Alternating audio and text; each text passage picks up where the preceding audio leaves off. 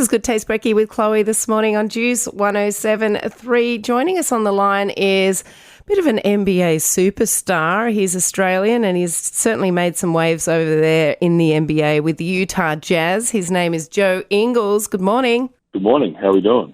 Really well, thank you. Now, Joe, tell us about this initiative that you guys have got going over there at the moment for the bushfire relief. Yeah, I mean, obviously, I guess with such a devastating time in Australia, and I guess one of the things that the hardest part about being over here and not being there is you can't just kind of have your feet on the ground and help people. So we quickly, kind of when it all started to happen and was getting as bad as it's got, all of the NBA guys over here, the Australian guys, we're on a bit of a group text and we're trying to figure out what the best thing we could do. And obviously partnering with the NBA and the NBA Players Association, we were able to donate quite a large sum amount of money, which obviously we obviously hope it helps. And then even through that, we did that. And then, I guess still wanting to do as much as you can, we individually went to our own teams and have done different individual things. So we've got some T-shirts on sale with the Jazz.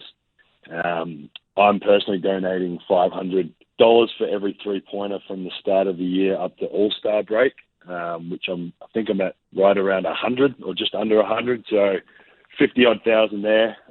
Still a couple weeks to go. So just trying to do as much as we can, obviously, from being far away. Yeah, and certainly you always put your hand up when it comes to charity. You are on our board for 4ASD Kids because you have a little boy called Jacob who has autism. I saw him recently. He's kicking a lot of goals. It's unbelievable.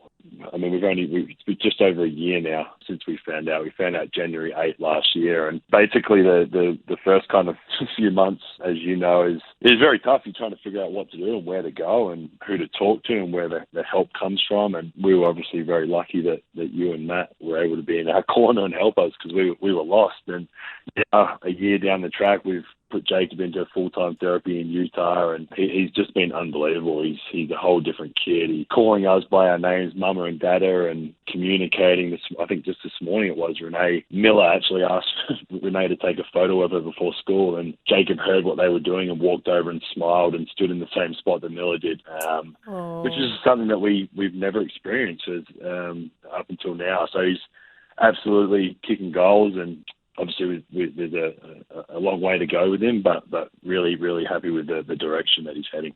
Do you think the fact that he's doing so well plays a huge part in your on-court performance? Like you're playing awesome at the moment. Yeah, no, it's been good. It definitely, and not just Jacob, but knowing Miller and Renee are in a really good spot in Utah. And last year when we were going through the process of finding out about Jacob, I just didn't, as bad as it sounds, I just didn't really want to be there. I wanted to be at home with Jacob and with Miller and Renee and support my family. And obviously those three are always going to be way ahead of anything else that I do. And so it was really tough. I'm obviously very lucky, as you know, with Renee, how supportive she is of my career and pushing me out the door to go to training and games. But I've said it before, there was several times of me driving to games and bawling my eyes out because I just didn't want to be there. I wanted to be home with my family through that time. And to flip that forward 12 months now and be able to say, I walk in the door and Jacob's saying hi and goodbye and giving me cuddles and kisses, and Miller's just on a whole nother level, acting like a 16-year-old girl, which makes me feel a bit sick to my stomach. But it's just I guess as that kind of old cliche is that happy wife, but happy life, and with a happy family is really helped me be able to just go out there and be free on court and do what I love to do. Oh, that's awesome. And there's been some devastating news, obviously, in the NBA world with Kobe Bryant passing earlier this week. Did you know him personally? It's a really weird one because as you play, I guess, anywhere in the world, when I've been here 6 years now and was so lucky, kind of looking back on it now, that I came when I did to be able to play those last few years when he was still playing and match up against him. I'm actually the only member on our team at the moment who we played against Kobe in his last ever game, and I was the only member on the team that was a part of that game. And at the time, I thought it was really cool. Like, it was just like, I'm playing Kobe's last game, like it'll be a memory, and I'm just so thankful that I got to do it and share someone was sending a clip on Twitter around that was me and him like talking to each other in the game, and I didn't really remember it at the time, but just looking back now, it's like I was so thankful that I got to play against him, because I guess the weird part, he's touched so many different people in different ways, people that didn't know him at all, and I'm not trying to claim that I knew him at all, but having that little bit of a relationship where he would say hi as we walked on the court, and it's just a amazing guy. Obviously what he did on the basketball court, but I think what he was doing off the court was even better. Great father, husband, obviously has a beautiful family, and obviously all our thoughts and prayers go out to the families, not just their family, but the other families involved. And yeah, it was a really sad time in the NBA right now. What's been the feeling like amongst your colleagues? Because a lot of you had to play, hearing that news that day.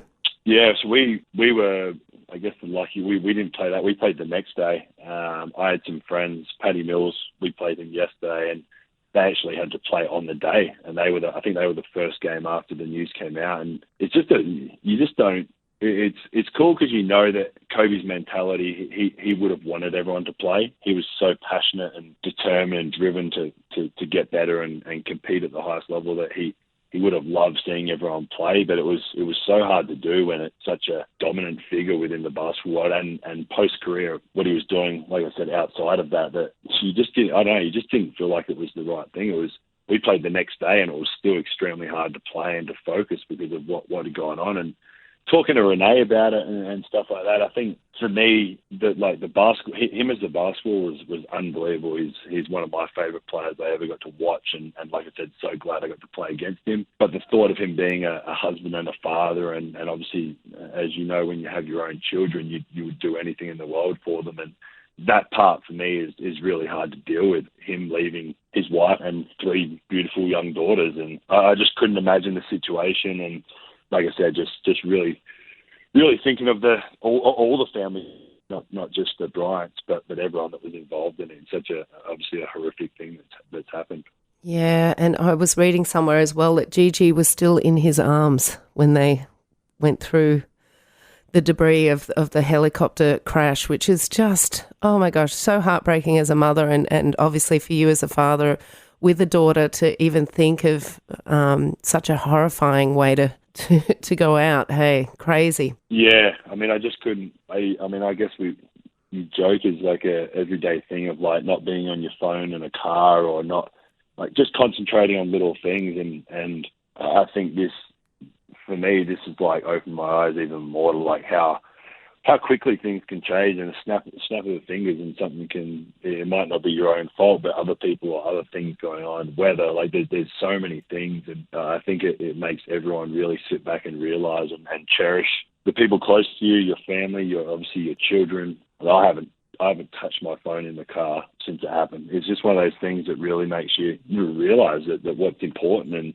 I can't imagine what Vanessa and the 3 girls are going through now, and the other families. One of the other families, which doesn't really get talked about, was a mother, father, and a daughter, and had another son and daughter at home that weren't with them that day. So you think about things like that, and it's just so devastating. So, like I said, all thoughts and prayers with them, and hopefully they're doing as well as they can at this time. Yeah.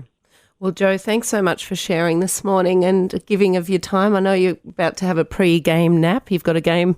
It's tonight in Utah, which is this morning for us. Yep. As you guys grind away on your hard work today, I'm going to have a little nap and get ready for my game. Excellent. Well, good luck. I'm sure my husband will be at home yelling at the screen for you, as he tends to do regularly.